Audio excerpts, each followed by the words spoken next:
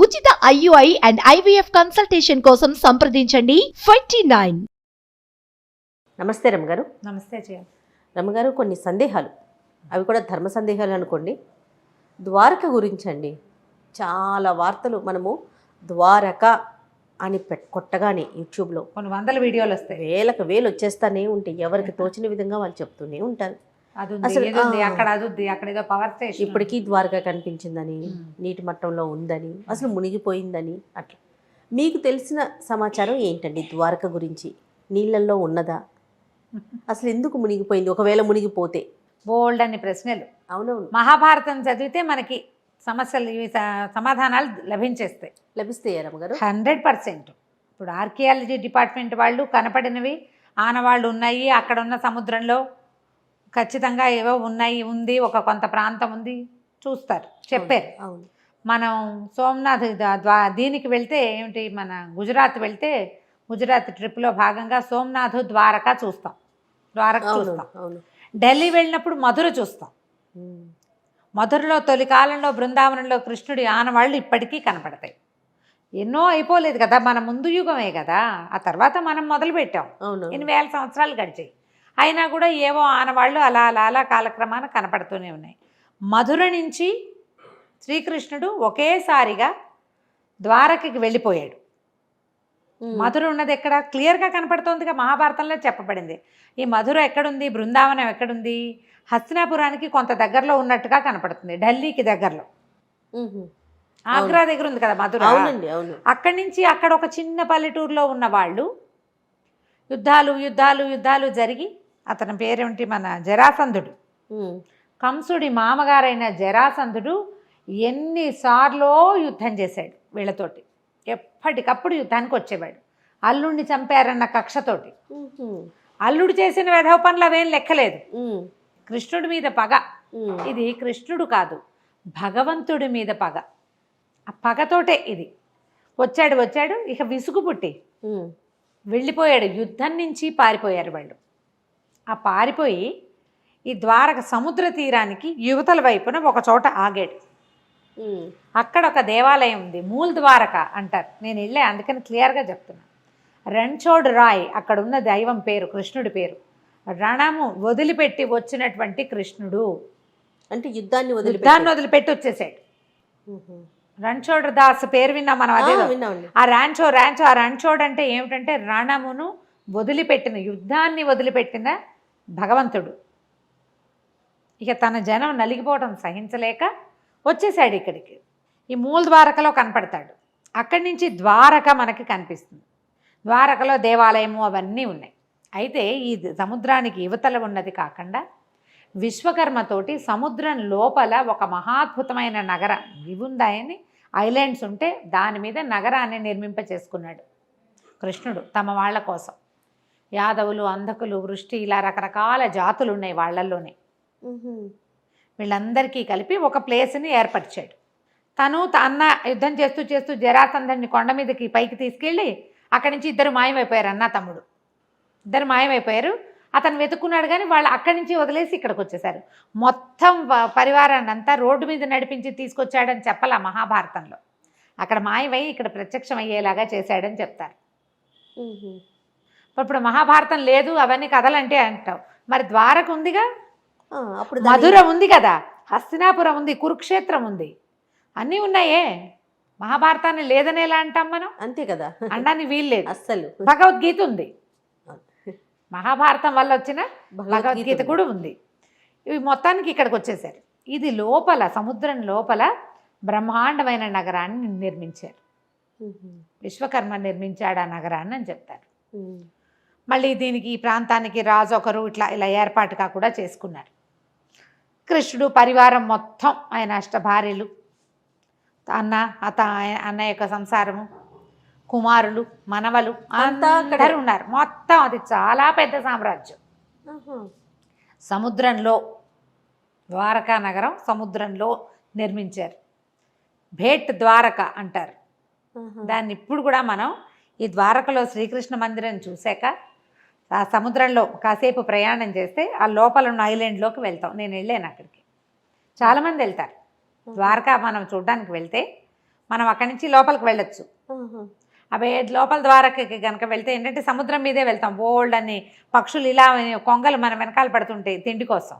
ఎంత వస్తాయో, భలే గొప్పగా ఉంటుంది. ఈసారి వెళ్తే ఫోటోలు బాగా తీసుకొస్తాయి. ఎన్నేళ్ళు అయింది, ఫోటోలు ఎక్కువ లేవు. తప్పకుండా.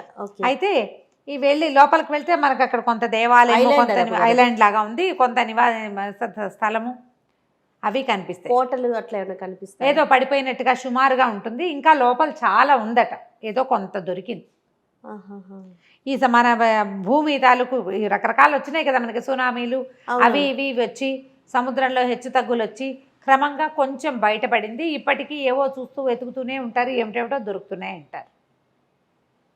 దీనికి మూల గాథ మనకి ఎక్కడ దొరుకుతుందంటే, ఇది ఇప్పుడు నా సొంత మాటలు కావుగా, ఉన్నదే చరిత్ర పుస్తకంలో ఉన్నదే. మహాభారతంలోని లాస్ట్ బట్ వన్ పర్వం, మౌసల పర్వం దాని పేరు. 18 పర్వాలు మహాభారతం. 17వ పర్వం అయినటువంటి మౌసల పర్వంలోనే ఈ గాథ కనిపిస్తుంది. ఇది శ్రీకృష్ణుడు శాపగ్రస్తమైన యదువంశంలో పుట్టాడని చెప్పుకుంటాం మనం. ఆసక్తి ఉన్న వాళ్ళు మౌసల పర్వం తీసుకుని దాని తెలుగు అర్థమో ఇంగ్లీష్ అర్థమో దొరికితే చదువుకోవచ్చు. మౌసల పర్వంలో మహాభారత యుద్ధం ముగిసిన తర్వాత 35 సంవత్సరాలు గడిచాక ధర్మరాజుకి కొన్ని అపశకునాలు కనిపించడం మొదలుపెట్టాయి. గాలి వచ్చి రాళ్ళు కూడా ఎగిరి పడేవట. ఏదో దుశ్శకునాలు కనిపించేవి. అని చాలా భయపడ్డాడు, ఇట్లా ఎందుకు జరుగుతోంది అని. ఏదో ఒక మాదిరి దుశ్శకునం కాకుండా రోజుల తరబడి అవి కనపడుతుండేవి. జంఝామారుతాలు వచ్చేవి, రాళ్ళు కూడా లేచిపోయేవి, సూర్యుడు చంద్రుడు చుట్టూ గుడిగట్టినట్టుగా కనపడేది, వికృతమైన ముఖాల్లాగా కనిపించేవి, ఆకాశంలో మబ్బులు. ఏదో జరుగుతోందని భావించాడు ఆయన. ఏదో జరగబోతోంది అంటే 18 లక్షల అక్షౌహిణులు, అదే అక్షౌహిణుల సైన్యం ఇంతమంది చచ్చిపోయారు మహాభారత యుద్ధంలో. దానికంటే కూడా ఇంకా విపరీతం ఏదో జరగబోతున్నట్టు అనిపించేది. అది యుద్ధం కదా, అది ఇంతమంది కలిసి అటు కొంతమంది ఇటు కొంతమంది మోహరించి కొట్టుకున్నారు, ఏదో ఒక దానికోసం పోరాడారు. ఇది అట్లా లేదు, ఇది ప్రపంచానికే ఏదో ముప్పు వస్తున్నట్టుగా కనపడింది. చాలా భయపడుతూ ఉన్నాడు. ఇలాంటివే మనకి మధురలో, అది ద్వారకలో కూడా కనిపించేబట. ఇంతలో ఏమైందంటే, కొంతమంది ఋషులు ద్వారకలో తపస్సు చేసుకోవడానికి ఆ ప్రాంతానికి వెళ్ళారు. రైవతకాద్రి అని ఒక పర్వతం ఉందట ద్వారకలో. ఆ రైవతకాద్రి మీద తపస్సు చేసుకోవడానికి వెళ్ళారు. విశ్వామిత్రుడు, కణ్వుడు, నారదుడు ఇలాంటి వాళ్ళు కొంతమంది తపస్సు చేసుకోవడానికి వెళ్తే, ఈ యాదవుల్లో కొంతమంది చాలా ఉత్సాహంగా ఏం చేశారు, వాళ్ళల్లో ఒకడైనటువంటి సాంబుడికి స్త్రీ వేషం వేసి వాళ్ళ దగ్గరికి తీసుకెళ్ళి ఫలానా వాడి భార్య బభ్రువు భార్య మగపిల్లాడు పుడితే బాగుంటుందని బభ్రువు అనుకుంటున్నాడు, ఏ పిల్ల పుడుతుందో చెప్పమన్నారు. గర్భవతిని తీసుకెళ్ళి, ఆ గర్భవతి ఎవరు, ఆడవేషంలో ఉన్న సాంబుడు. ఋషులు కోపించి శపించారట. పుడుతుంది, వీడి కడుపున ముసలం పుడుతుందని శపించారు. రోకలి, ముసలం అంటే రోకలి పుడుతుందని శపించారు. శపించేసరికల్లా ఇది సంగతి తెలిసిపోయింది, వచ్చేసింది బయటికి. ఋషులు కోపం వచ్చిందని ఇదని కృష్ణుడికి తెలుసు. సరే ఇది జరగాల్సే ఉంది, ఆయనకి తెలుసు. అందుకని ఈ శాపాన్ని మార్చడానికి కానీ ఏదైనా చేయడానికి కానీ ఆయన హెచ్చరించాల. ఎలా జరగాలంటే అలా జరగనిద్దామని వదిలిపెట్టేశాడు. యదువంశం నాశనం కావాల్సిందే, యుగధర్మం ఈ యుగం ముగిసింది. తను ఎందుకు వచ్చాడో ఆ పని, ధర్మ సంస్థాపన పూర్తయిపోయింది. తను వెళ్ళిపోవాలి, తను కూడా వెళ్ళిపోవాలి వెనక్కి. వీళ్ళందరినీ కూడా కలిపేయాలి సముద్రంలో. దానికి ఆది ఇది. ముసలం పుట్టింది, అలాంటి పదం మనం ఒక వాడకం వింటుంటామా, ఆ ముసలం ఇది. వాడి కడుపు చీల్చుకుని బయటకు వచ్చిందట ముసలం. వస్తే అప్పుడు అక్కడ రాజుగా ఉన్నటువంటి ఆ ప్రాంతానికి, అంటే ఇది చాలా పెద్దది కదా, ఇది ఒక చిన్న ఊరు కాదు, అది కొన్ని రాజ్యాల సమాహారంగా ఉంది. అయితే ఆ ప్రాంతానికి రాజుగా ఉన్న ఆహకుడు ఏం చేశాడు, ఆ పుట్టిన ముసలాన్ని అరగదీయించి చూర్ణం చేసి సముద్రంలో కల్పించేశాడు. అరగదీశాడు దాన్ని. ఇనప రజం లాంటిది వచ్చింది, ఆ రజనంతా సముద్రంలో కల్పించేశాడు. అంత ములుకు లాంటిది మిగిలింది, దాన్ని పారేశారు అరగదీయలేక. అప్పుడు ఇంకేం చెప్పాడంటే, ఎవ్వరూ మద్యం తయారు చేయకూడదు, తాగకూడదు అని ఖచ్చితంగా చెప్పారు. ఎప్పుడైతే ఈ ముసలం పుట్టిందో దాని తర్వాత రాజ్యంలో అపశకునాలు కనపడడం మొదలుపెట్టింది. మేకలు వీటిలాగా నక్కల్లాగా కూసేవట. ఎంత విపరీతమైన అపశకునాలో. ప్రతి వాళ్ళకి ఎవరో ఒక బోడి తలవాడు ఏదో వికృతాకారుడు ఎవడో వాకిట్లో తిరుగుతున్నట్టు. బా వెళ్ళి చూస్తే ఎవరు ఉండరు. బాణాలు వేస్తే వాడికి తగలవు. అన్ని దుశ్శకునాలు, అపశకునాలు, విపరీతాలు. కొట్టుకు తెచ్చేవాళ్ళు ప్రతిదానికి, పాపకార్యాలు చేయడానికి వెనక్కి తీసేవాళ్ళు కదంటే యుగం మారిపోతోంది. ఆ క్రియ తెలిసిపోతుంది వీళ్ళకి. వినాశనం, వాళ్ళు సర్వనాశనం అవ్వడానికి అన్ని దుస్వప్నాలు, దుశ్శకునాలు కనపడ్డం మొదలుపెట్టినాయి. ఎన్ని రకాలు చెప్తారో మహాభారతంలో, ఎన్ని రకాలో. పురుగులు, ఆ వండుకున్న అన్నంలో పురుగులు కనపడేవి, వంట చేస్తే పురుగులు. బ్రాహ్మణులు భోజనాన్ని పిలిచి వీళ్ళే అందులో సురగలిపి పెట్టేసేవాళ్ళు. వాళ్ళకే బుద్ధి, వాళ్ళ బుద్ధి కూడా అలాగే దిక్కుమాలిన బుద్ధి అయిపోయేది. చేయగలిగేది ఏం లేదు. మొత్తం ఆ ఉన్న జాతంతా సర్వనాశనం అయిపోవటానికి అది నాదనమాట, అది నాంది. వీళ్ళు పితృకార్యాలు కూడా సరిగ్గా చేసేవాళ్ళు కాదుట. ఒక రాముడు కృష్ణుడిని తప్ప, బలరామ కృష్ణుడిని తప్ప మిగిలిన పెద్దవాళ్ళందరినీ ఏదో ఒకటని వెగటుగా మాట్లాడేవారు. అన్నిటికీ నువ్వంటే నువ్వనేవాళ్ళు. చాలా విపరీతాలు జరిగాయి అన్నమాట. అసలు మౌసల పర్వం చదువుతుంటే జయ కళ్ళల్లో నీళ్లు, ఒంటి మీద గుజ్బంప్స్ వస్తాయి. ఒక్కో శ్లోకం చదువుతుంటే, మేము చదివేం కదా, ఒక్కో శ్లోకం చదువుతుంటే ఇంత విపరీతమా మీరు చెప్తుంటేనే అలా అనిపిస్తుంది నాకు. చదివితే మాత్రం, అందుకే నాకు ఈ టాపిక్ ఇష్టం లేదు. పని చెప్పండి అని బలవంతం. చాలా బాధగా ఉంటుంది జయ. ఎంత అత్యద్భుతమైన, మనని భక్తి పారవశ్యంలో ఓలలాడించే ఆ ఘట్టాలన్నీ, మహాభారత ఘట్టాలు. కృష్ణుడున్న ప్రతి ఘట్టము మనని భగవంతుడి వైపుకి లాక్కెళ్ళిపోతుంది. అలాంటిది వాళ్ళు ఇలాగా వినాశనం వైపుకి వెళ్ళిపోవటాన్ని వింటూ ఉంటే సహించలేకపోతామే, భరించలేం అసలు. దీని తర్వాత కృష్ణుడు వెళ్ళిపోతాడన్న ఊహ అసలు భరించరానట్టుగా ఉంటుంది. భూమి అతన్ని కోల్పోతుంది కదా, మరి ఎంత బాధగా ఉంటుందో చదవడానికి, చాలా బాధగా ఉంటుంది. కాకపోతే మనం ఇలాంటి భక్తులతోటి, భగవంతుడి మీద ప్రీతితోటి చదివితే మనం వెళ్ళలేకపోతాం. అలా వెళ్ళకూడదు. భారతాన్ని భారతంగానే చదవాలి.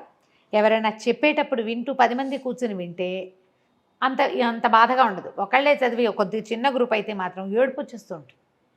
ఇళ్లలో రోజు శంఖనాదం చేస్తే, శంఖనాదం చేయగానే గాడిదలు ఓండ్ర పెట్టేవిట ఆ సౌండ్ వినేసరికి. అక్కడి నుంచి శ్రీకృష్ణుడికి దివ్య రథం ఒకటి ఉంది.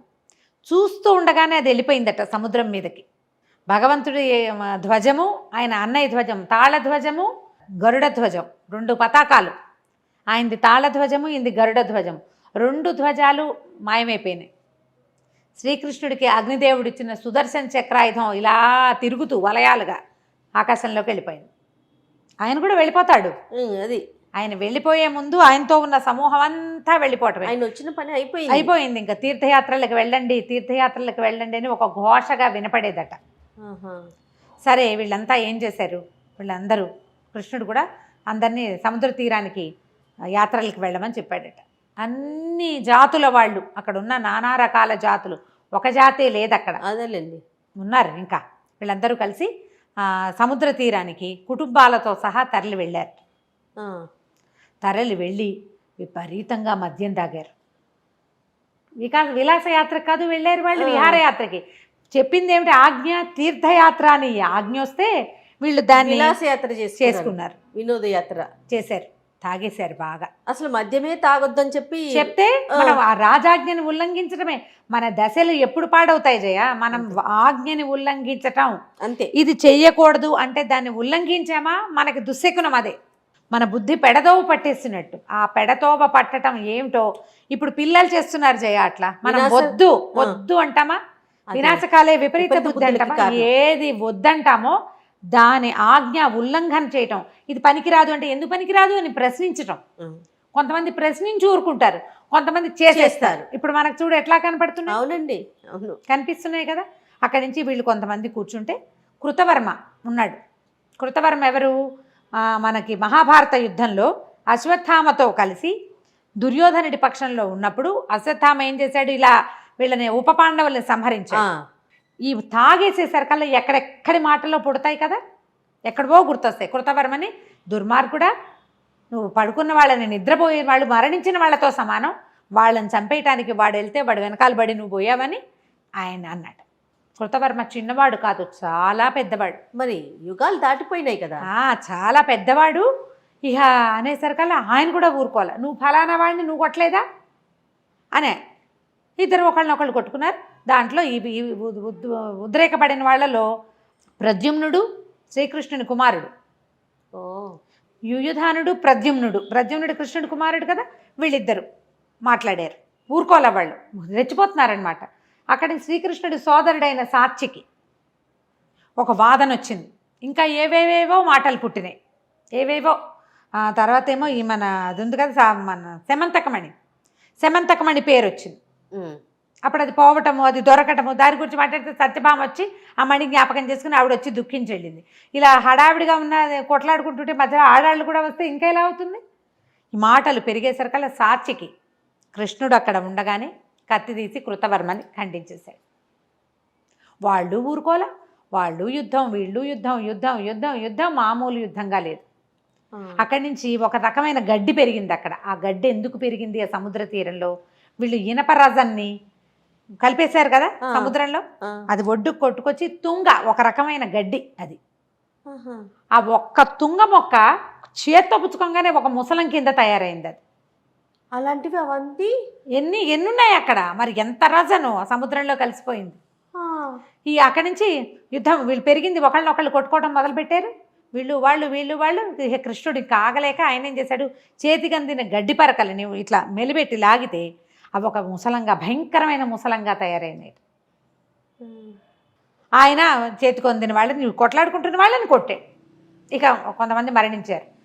వాళ్ళు ఎడాపెడా యుద్ధం చేశారు. ఇక వాళ్ళల్లో వాళ్ళు కొట్టుకుని అట్లా కొట్లాట ముదిరిపోయి మరణాలే. ఇంకా ఆడవాళ్ళు పిల్లలు పారిపోయారు. ఈ మగవాళ్లే ఇక్కడ ఉన్నారు. ఉన్న ఆడవాళ్ళంతా నగరం వైపుకి పరిగెత్తేశారు యుద్ధం జరుగుతుందని.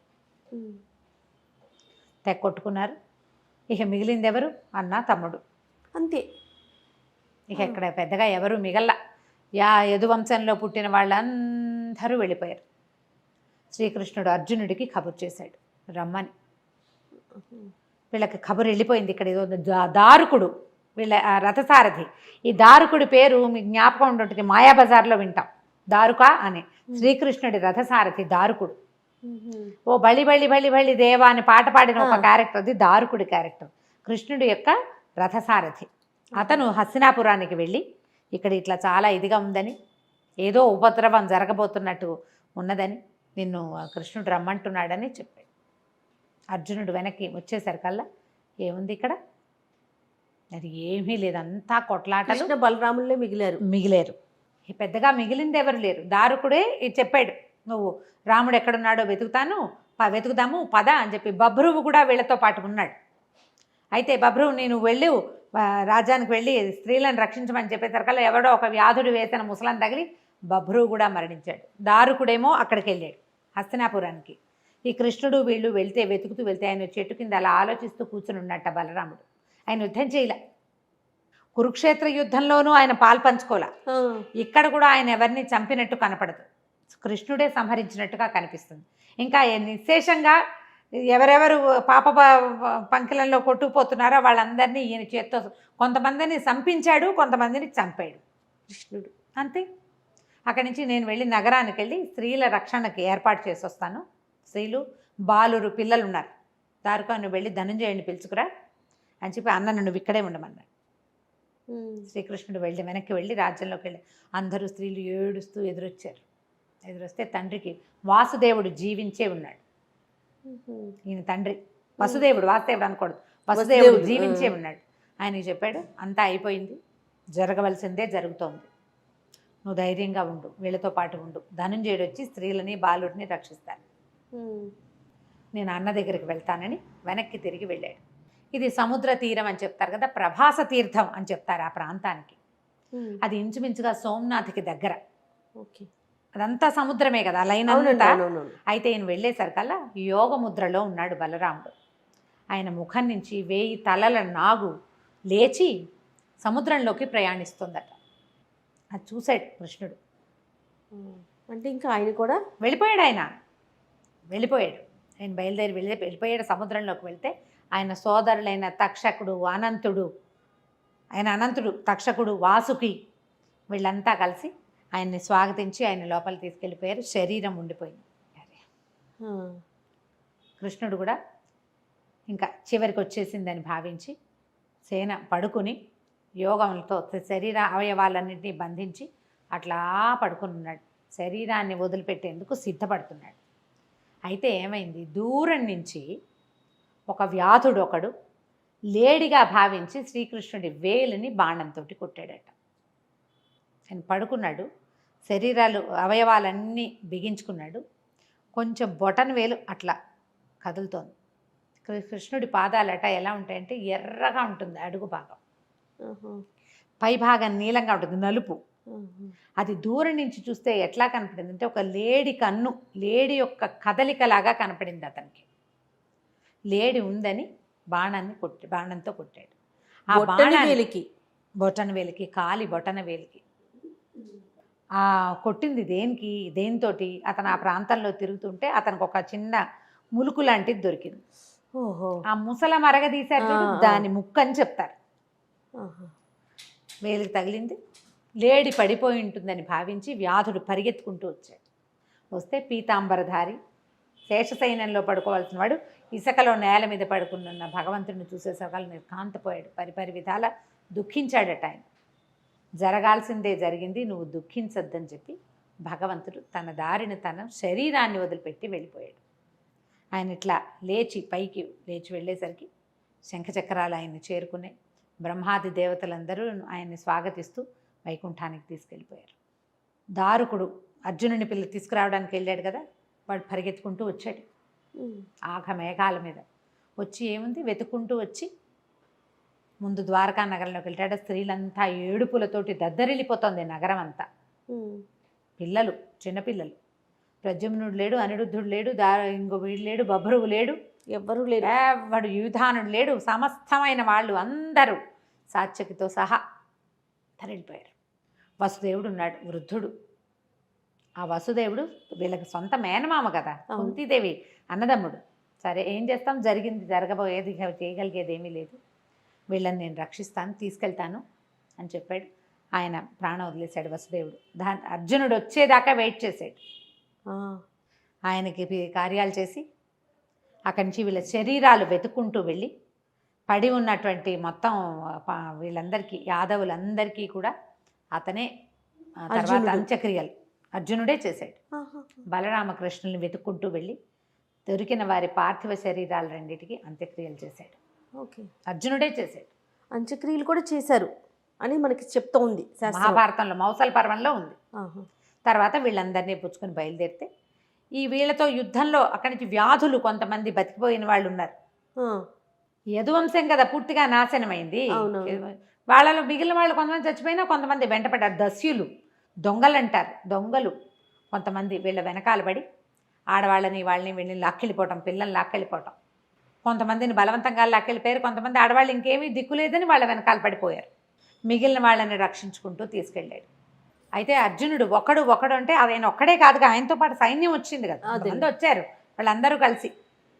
అయితే రుక్మిణీదేవి, తర్వాత జాంబవతి, హైమవతి అని పేర్లు చెప్తారు. వీళ్ళు మాత్రం అగ్ని ప్రవేశం చేశారట. మిగిలిన సత్యభామ మొదలైన వాళ్ళంతా కూడా అడవికి వెళ్ళిపోయారు తపస్సు చేసుకోవడానికి. తర్వాత కాలక్రమాన ఎవరి దారిని వాళ్ళు పట్టేశారు. ఇంటికి వచ్చి మన స్నేహితుడు, మన మిత్రుడు, మన బాంధవుడు వెళ్ళిపోయాడని చెప్తాడు.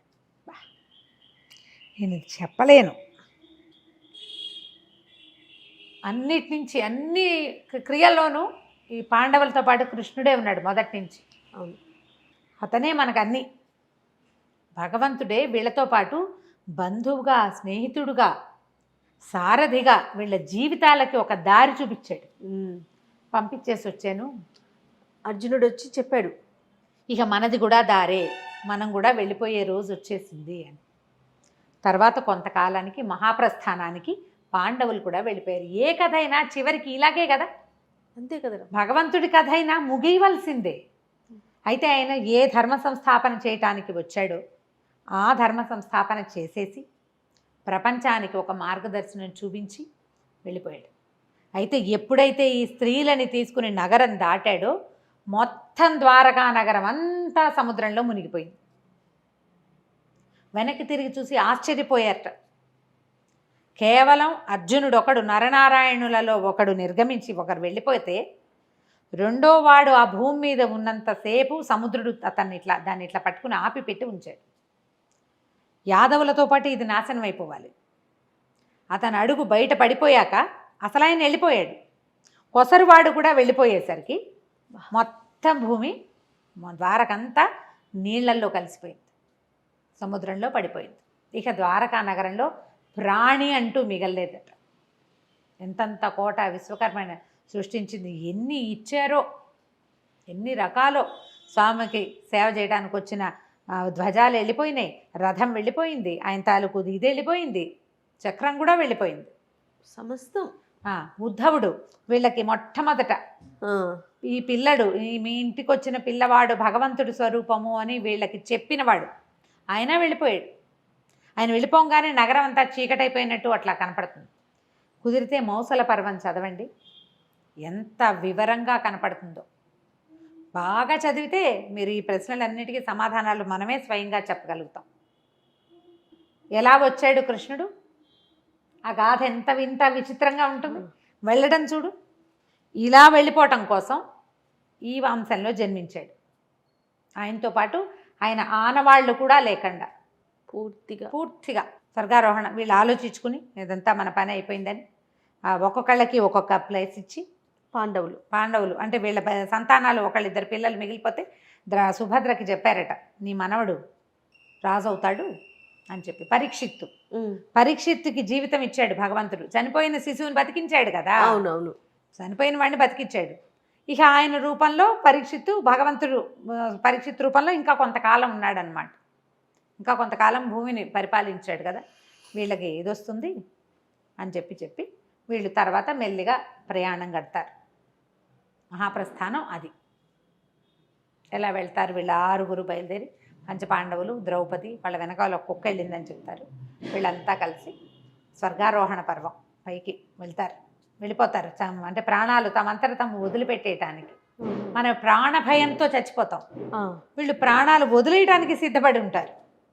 క్రమంగా యుగం మారేసరికల యుగధర్మం మారంగానే ప్రాణభీతి ఇవన్నీ పెరిగిపోతాయి. నిదానంగా చదవండి. మౌసల పర్వం చదివితే కనుక చాలా వివరాలు తెలుస్తాయి.